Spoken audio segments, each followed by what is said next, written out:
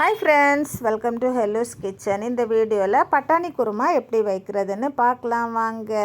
அதுக்காக சின்ன சைஸில் கட் பண்ண ஒரு போல் கேரட், ஒரு போல் பொட்டேட்டோ, ஒரு போல் நிறைய க்ரீன் பீஸ் எடுத்திருக்கேன். இந்த க்ரீன் பீஸ் ஓவர் நைட் ஊற வச்சது.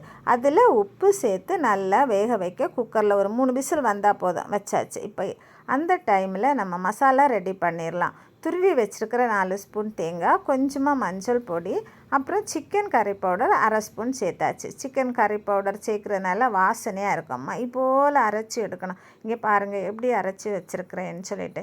இப்போ குக்கரில் வச்ச பட்டாணி நல்லா வெந்தாச்சு. கொஞ்சம் ஸ்மாஷ் பண்ணி எடுக்கணும். ரொம்ப மைப்போலையும் ஸ்மாஷ் பண்ணக்கூடாது. நமக்கு அது சாப்பிட்றது கிடைக்கணும். கொஞ்சம் ஸ்மாஷ் பண்ணுறப்ப அந்த டேஸ்ட் கிடைக்கும் நமக்கு. இப்போ அரைச்சி வச்சுருக்கிற மசாலையை சேர்த்தாச்சு. ஜாரில் கொஞ்சம் தண்ணி ஊற்றி மசாலா தண்ணியும் அதில் சேர்த்து நல்லா மிக்ஸ் பண்ணிக்கணும். இந்த குருமா இட்லிக்கு, தோசைக்கு, சப்பாத்திக்கு, இடியப்பத்துக்கெல்லாம் நல்ல டேஸ்ட்டாக இருக்கும். ஈஸி நமக்கு இது செய்கிறதுக்கு. இப்போ இதில் தேவையான தண்ணி சேர்த்துக்கிடணும்.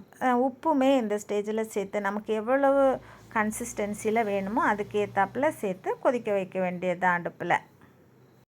இப்போ குருமா கொதின்னு கொதிக்குது. மசாலா வாசனை போகிறது வரை நல்லா கொதிச்சுன்னா அவ்வளோதான், குருமா ரெடி.